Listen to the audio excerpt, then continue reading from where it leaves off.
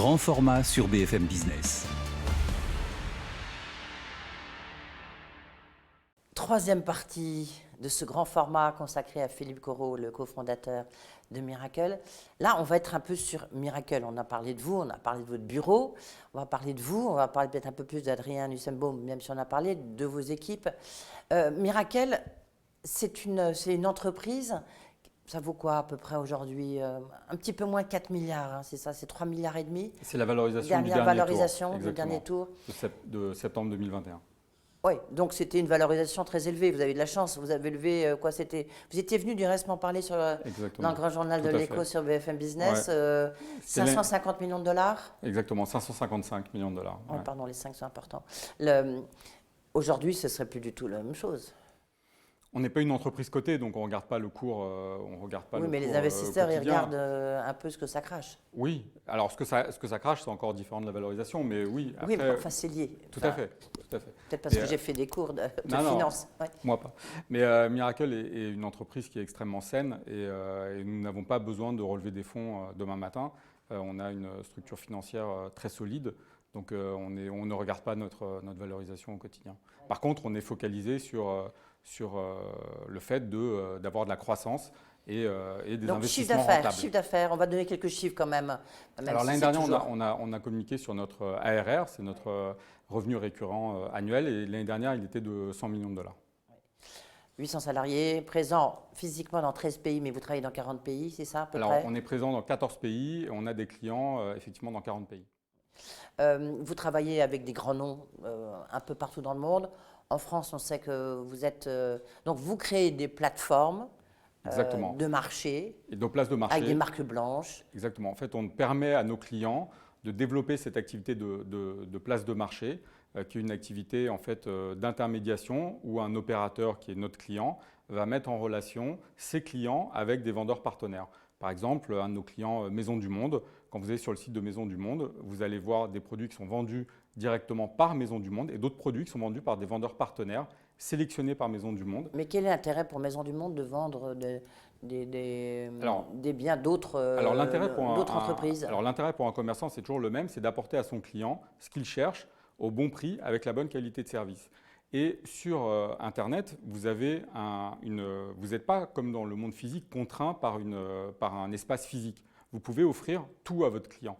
Donc l'idée, c'est de pouvoir élargir ses gammes, élargir ses stocks en s'appuyant sur des vendeurs partenaires.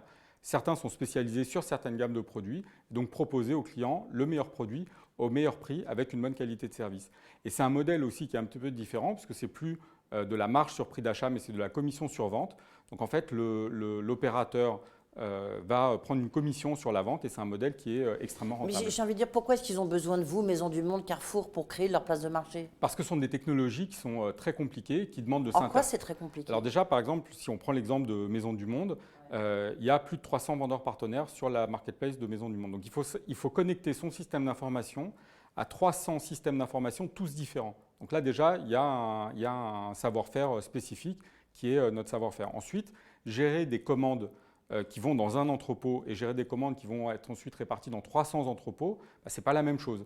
Après, il y a aussi le modèle économique d'aller calculer sur les transactions tout ce qui va être la commission. En fait, vous êtes un concurrent, enfin, vous leur permettez d'être un concurrent d'Amazon. Exactement, on leur permet d'être un concurrent d'Amazon. On permet à nos clients en fait, de se doter des mêmes armes qu'Amazon, puisque la marketplace a été le moteur du succès et de la réussite d'Amazon. Donc en adoptant ce business model qui, encore une fois, permet de servir au mieux son client avec une activité rentable, ce qui n'est pas le cas de l'e-commerce, parce que l'e-commerce est très souvent déficitaire.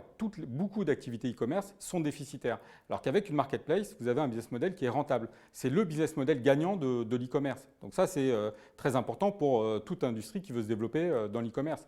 On parle de B2C, mais c'est aussi vrai en B2B. Le modèle gagnant, c'est le modèle de rentabilité, c'est le modèle de plateforme. Amazon a tiré toute sa croissance et sa rentabilité de sa marketplace. Et votre technologie, en quoi elle est différente, meilleure que celle d'Amazon? Alors, notre technologie, elle est différente de celle d'Amazon. D'abord, elle est très riche fonctionnellement. Nous avons une technologie qui permet… Elle est développée ici même, dans ces bureaux où nous sommes? Voilà, ici à Paris et à Bordeaux.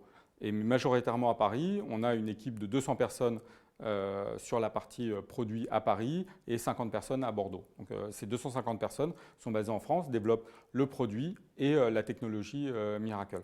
En quoi c'est une technologie performante parce que c'est une technologie déjà qui est très riche fonctionnellement, donc qui permet à nos clients de gérer toutes leurs problématiques métiers, puisque développer la marketplace de Maisons du Monde, ce n'est pas la même chose que développer la marketplace d'Accor. Notre technologie s'adapte à ça. Et c'est aussi une technologie qui est axée sur la qualité de service, puisque quand vous allez Ça, c'est votre job? Exactement. Quand vous allez confier votre client à un vendeur partenaire, il faut s'assurer que le client est bien servi, voire mieux servi que si vous l'auriez servi vous-même. Et ça, notre technologie aide à ça. Ensuite, la sécurité. Il y a des problématiques, quand on parle d'e-commerce, il peut y avoir des problématiques de sécurité. Vous avez eu des hackers, pardon? Alors, pour l'instant, non, et nous nous protégeons contre ça. Et vos clients non plus. Nous investissons beaucoup pour protéger nos clients de la fraude. L'aspect sécurité est très important chez Miracle, puisque il y a des volumes d'affaires importants qui transitent sur nos plateformes. Cette année, ça va être plus de 5 milliards qui vont transiter sur nos plateformes. Donc quand on manipule ce volume d'affaires, ce volume de commandes, il faut être sûr que la sécurité est garantie et que nos clients sont protégés, les clients de nos clients aussi sont protégés, que les vendeurs aussi sont protégés contre la fraude. Vous disiez, vous travaillez dans 40 pays, même si vous êtes basé sur 14 pays, en comptant c'est la France. Hein, donc, qu'est-ce que vous apportez, je ne sais pas, à des Américains ou à des Européens qu'est-ce que vous leur apportez de plus que ceux qui trouvent, par exemple, les Américains chez eux, quoi? Alors, on a un savoir-faire unique. On a créé ce métier. Avant, ça n'existait pas. Donc déjà, ce qu'on apporte, c'est notre technologie qui est unique au monde. Aujourd'hui, pourquoi elle est unique? Parce que Amazon le fait. Comme encore une fois, je prends Amazon, mais je peux prendre d'autres exemples. Il y a Amazon et il y a Rakuten et il y a Miracle. Rakuten, ouais. Donc aujourd'hui, on apporte… Déjà, Amazon et Rakuten ne vendent pas leur technologie à d'autres. Nous apportons et ils ne vont pas apporter… Vous ne vendez pas de produits, vous, c'est l'inverse. Exactement. Enfin, vous êtes plus en amont. Le métier d'e-commerçant et le métier de développer une technologie, c'est deux métiers complètement différents. Donc, le métier d'Amazon n'est pas d'aller vendre sa technologie. Et honnêtement, ça serait un peu surprenant pour un de nos clients d'aller faire travailler un de ses concurrents. Amazon est concurrent de beaucoup de nos clients ont d'autres concurrents. Ça serait étonnant d'aller acheter de la technologie. Vous connaissez la technologie d'Amazon, par exemple? On regarde évidemment ce que fait Amazon, bien sûr. On étudie de près ce que font Amazon, puisqu'Amazon est souvent un concurrent de nos clients. Pas un concurrent à nous, mais un concurrent de nos clients. C'est ce que disait Michel Leclerc que je recevais, qui disait mais Amazon, au lieu de décrier, il faut l'observer, regarder, parce qu'en termes de logistique, c'est quand même un savoir-faire unique. Bien sûr. Il faut… Bien sûr. Ils ont une avance très forte. Donc en utilisant Miracle, nos clients se dotent d'une technologie qui est équivalente, voire meilleure que celle d'autres de leurs concurrents, et surtout à un coût qui est bien moindre, parce que, comme je le disais, nous, c'est 250 développeurs et product engineers qui ne travaillent que sur la plateforme Miracle. L'équivalent de ça, ils ne pourraient même pas les recruter s'ils le voulaient. Et une question, vous payez combien un développeur? C'est variable. Oui, non, mais ok, d'accord, mais bon, en moyenne, non, mais ça… Entre 50 et 80 000 € par an, selon l'expérience. Ils ont droit à d'autres, je ne sais pas, un intéressement, à une participation au capital? Il y a des stock options. Il y a des stock options? Tout à fait. On distribue des stock options à nos collaborateurs. Le capital du Miracle, il est réparti comment? Alors, le capital de Miracle est réparti entre les salariés, les fondateurs. Les salariés, ça représente… On ne communique pas trop là-dessus. Bah oui, c'est l'occasion. Enfin bon, on est entre nous. Oui, on est entre nous.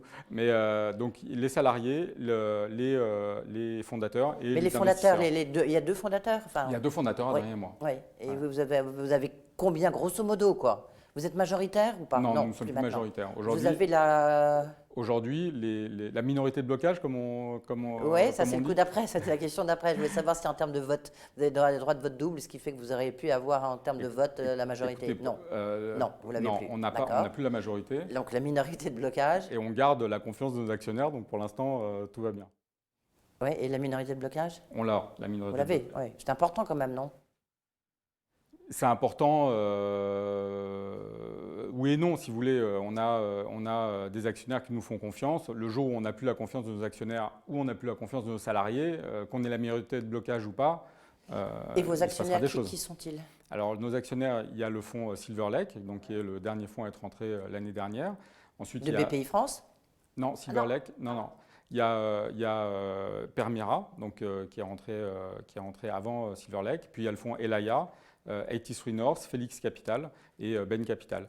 Et on a aussi des business angels, entre autres Xavier Niel et Laurent Dassault. De toute manière, rien ne se passe dans la French Tech sans Xavier Niel, non? Rien. Vous êtes d'accord, non? Oui, tout à fait d'accord. Ah, c'est un grand visionnaire, pour le coup. Très visionnaire. Et comment vous expliquez ça? Ça veut dire que... Et d'abord, Passionné. la rencontre entre Xavier Niel et vous, ça s'est passé comment? Alors ça s'est passé à la FNAC. On s'était rencontrés à la FNAC où il était, nous on travaillait là-bas avec Adrien et il était passé nous voir. On avait discuté 5 minutes, on lui a dit qu'on commençait à réfléchir à un nouveau projet. Il nous a dit quand vous voulez, venez, on en discute. Et il nous a reçus dans son bureau et on lui a présenté Miracle. Et il nous a demandé si on cherchait des investisseurs. On lui a dit qu'on venait de démarrer. Et il nous a dit voilà, si vous cherchez des investisseurs, il a mis combien sur la table? Il a mis, mais vous lui demanderez, je pense que vous pouvez lui poser la question. Oui, allez-y, je crois que j'ai confirmé auprès de lui. Oui. On est entre nous. Non, il a mis une somme qui était significative à l'époque, qui nous a permis aussi de... C'est toujours le premier qui est difficile à faire venir, si vous voulez, avoir la confiance de Xavier Niel, comme vous dites, ça a été un accélérateur dans notre process de levée de fonds. Et comme je le disais, c'est quelqu'un c'est un passionné c'est à la fois un passionné de technologie, c'est un passionné d'entrepreneuriat, il aime les entrepreneurs, il aime les entreprises. Et c'est pour ça qu'il a un rôle si important dans l'écosystème français. Vous avez quoi, grosso modo, 300 clients, c'est ça à peu près? Exactement, plus de 300 clients, 350 clients. Votre objectif, c'est quoi maintenant? Vous fêtez vos 10 ans, maintenant rendez-vous pour vos 20 ans? Alors, nos objectifs, déjà, on lance des nouveaux produits.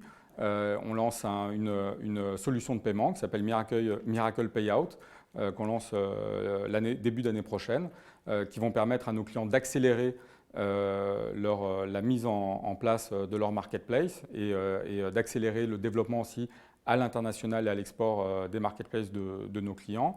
On lance une solution de advertising, puisque l'advertising est aussi quelque chose d'important, parce que quand vous avez une marketplace, vous avez potentiellement des centaines de milliers, voire des millions de produits. Donc c'est important de faire ressortir les produits qui sont les meilleurs produits ou les produits qui correspondent au mieux à la recherche de vos clients. Et ça, notre technologie va permettre de le faire. Dans les nouveautés aussi, on a récemment ouvert un bureau au Japon, on a ouvert un bureau à Tokyo et on a signé notre premier client là-bas, qui est un site de vente privée japonais. Et voilà, donc on se développe. Qui n'est pas Rakuten? Non, qui n'est pas Rakuten, qui s'appelle La Belle Vie et qui est un nom français. Oui. Donc, oui, c'est un nom français, mais il y a beaucoup d'entreprises japonaises qui ont des noms français.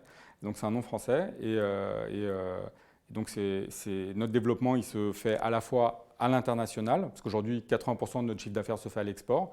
Notre développement aussi se fait par l'intermédiaire de nos clients, puisque nous avons un business model qui repose sur le succès de nos clients. Donc plus ils font de volume d'affaires sur leur marketplace, mieux c'est pour Miracle. Donc on investit aussi dans notre technologie pour permettre à nos clients de développer leur business en ligne et leur business de marketplace. Et notre développement se fait aussi sur des nouvelles industries, comme le B2B, pour lequel on a développé un certain nombre de fonctionnalités spécifiques. Et notre développement se fait sur les nouveaux produits dont je vous ai parlé. Et quel est le rôle exact d'Adrien Nussembaum, puisqu'il est à Londres, lui? C'est quoi son rôle? Alors lui, il a en charge toute la partie vente anglo-saxonne et marketing. Ah, d'accord, pardon. Voilà. Donc toutes les ventes et le marketing sont... de toute manière, dans une entreprise comme la nôtre, il y a un produit et il y a des gens qui vont vendre ce produit. Donc moi, je m'occupe de fabriquer le produit et Adrien, il s'occupe d'aller vendre ce produit. Quand je dis Adrien, c'est Adrien et ses équipes. Et Bien quand sûr. je dis moi, c'est moi et mes équipes, hein, évidemment, puisque c'est évidemment mes équipes qui font le produit. C'est eux qui produisent au quotidien Miracle et c'est eux qui le développent au quotidien. Comment vous êtes structuré justement? Vous êtes tous les deux, Alors, okay. on est Et en dessous, vous avez, c'est un management qui est très vertical, qui est comment? Alors non, on essaie de réduire au maximum les strates de management pour garder en agilité. Donc moi, comme je disais tout à l'heure, dans mes plus proches collaborateurs, il y a Naji Le Taifa qui était le premier développeur chez Miracle qui aujourd'hui dirige la partie technique de Miracle. Ensuite, j'ai Isabelle Bénard qui nous a rejoint il y a presque 2 ans maintenant. Il y a quand même une femme. Bien sûr, bien sûr. Il y a beaucoup de femmes dans les équipes de Miracle, c'est 40% à peu près. Oui. Et le fait de développer la technologie, c'est la dernière question peut-être sur Miracle, vraiment en France, 100% français, oui. Est-ce que c'est un plus en termes de marketing? Et est-ce que c'est quelque chose que vous n'auriez pas pu faire il y a 5 ans, il y a 6 ans? Est-ce que quand même, l'écosystème de la French Tech, vous avez même commencé par ça au tout début de cet entretien, Philippe Corot, en disant ça s'est développé de manière incroyable. Oui, donc alors, c'est une réalité, c'est pas uniquement un slogan politique. Non, c'est pas du marketing. Il y a un savoir-faire français en technologie. Il y a un vrai savoir-faire français en technologie. Et nous investissons entre guillemets sur ce savoir-faire parce qu'on développe notre produit en France et que nos collaborateurs qui développent le produit sont basés en France. Donc on investit aussi quelque part dans ce savoir-faire en formant nos collaborateurs qui vont développer le produit Miracle. Mais il y a un savoir-faire français, il y a une expertise spécifique française et qui se retrouve dans la qualité. Tout à l'heure, vous disiez pourquoi est-ce que les Américains, les Japonais, viennent chercher les Sud-Américains viennent chercher la technologie française parce que Miracle a un savoir-faire spécifique, Miracle a un savoir-faire particulier et c'est ça que des clients dans le monde entier ne trouvent que chez nous. On a des concurrents on a des gens qui essaient de nous concurrencer un peu partout dans le monde, mais pour l'instant, ils n'y arrivent pas. La qualité, la richesse fonctionnelle, la qualité du produit de Miracle est unique au monde. On marque une dernière pause, Philippe Corot. On se retrouve là sur les questions un peu en vrac. Vous allez voir. Avec plaisir. Grand format sur BFM Business.